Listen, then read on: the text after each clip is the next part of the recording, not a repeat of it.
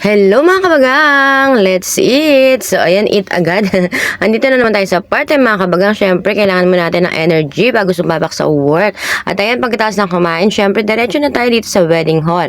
Mag-picture-picture, mag-video-video muna bago tayo sumabak sa trabaho, o diba?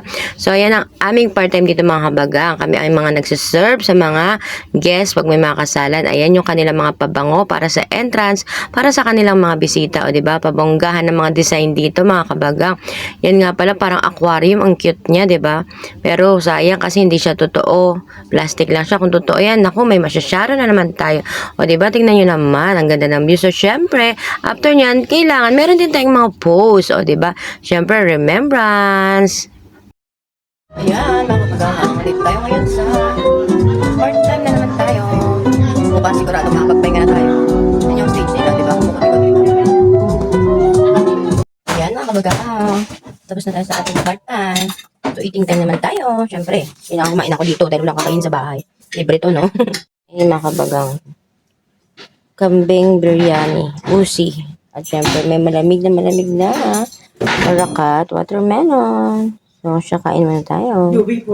At ayan mga kabagang, time to po na sa inyong mga kasamahan nating mga ibang lahi, mga Nepali ladies yan. Sila yung mga kasama namin dito mag part-time kasi mga staff sila ng hotel. Kami yung mga part-timer. So ayan, kailangan nating magpunas mga kabagang bago tayo umuwi. Ako naman ay naka-assign sa mga kutsara tinidor, mga cutlery kung tawagan nila. So siya, magpunas muna tayo. So, ayun mga kabagang, nakatulog na ako sa sobrang pagod. Tapos na tayo sa ating part-time. Yan ay pauwi na. Ganyan ang buhay ko dito sa abroad mga kabagang. Kapag katapos ng aking work at pag may tawag ng mga part-time, go lang ng go kasi hindi naman lagi may part-time. Yun nga lang, talagang puhunan mo is yung katawan mo, yung pagod mo, yung enerhiya mo, ganun talaga. Pero go lang, laban-laban lang, ganyan ang buhay dito eh. So ayun mga kabagang, time check, alas 3 na ng madaling araw kami nakauwi. Buti na lang wala akong pasok bukas. So bonggang-bonggang makapagpahinga talaga ako.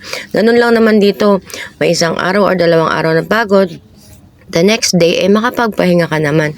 So siya mga kabagang, kita-kits ulit tayo sa susunod. Dahil sobrang pagod na talaga ako, pati boses ko paus na.